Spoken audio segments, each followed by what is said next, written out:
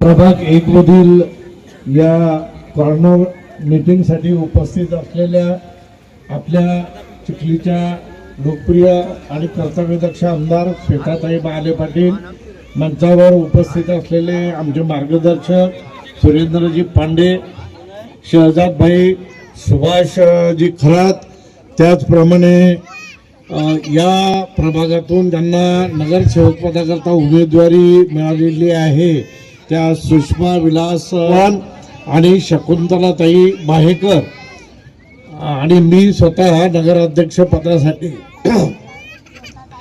आपल्याला गेल्या 6 वर्षापासून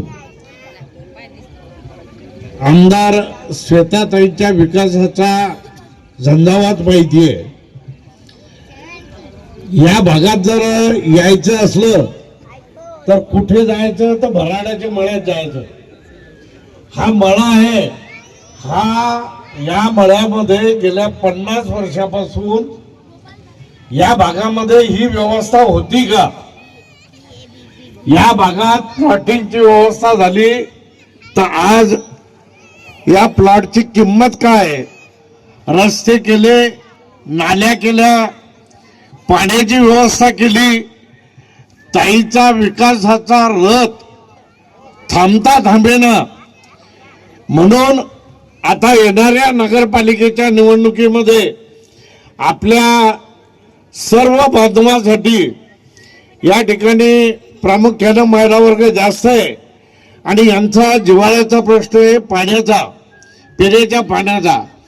या ठिकाणी ताईने 132 कोटी रुपयाची योजना मंजूर करून त्याचं काम चिखलीमध्ये सुरू आहे।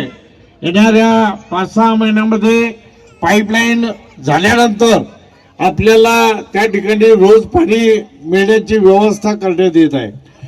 चिखलीमध्ये जो आउटर भाग आहे ज्याला आपण बाह्य भाग हा चिखली समाविष्ट करण्यासाठी ताईंनी त्या ठिकाणी प्रयत्न केले आणि चिखलीमध्ये ते सामील झाल्यामुळं त्या ठिकाणी सुद्धा करोडो रुपयाचा निधी त्या ठिकाणी आणलेला आहे।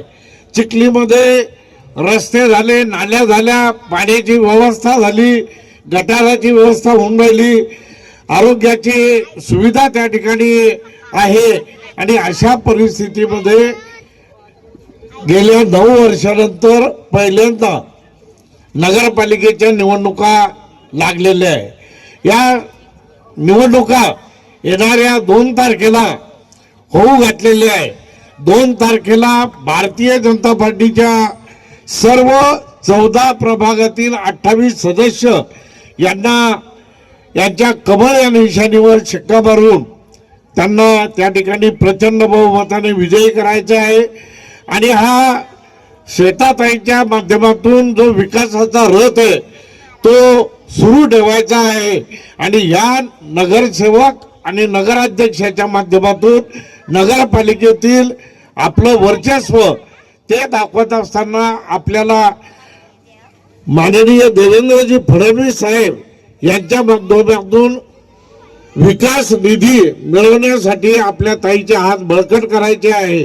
मी परत विनंती करतो की आपण कमळ या निशाणीवर शिक्का मारावा व सर्व उमेदवारांना प्रचंड बहुमताने विजयी करावे ही विनंती करतो आणि आपली जागा घेतो।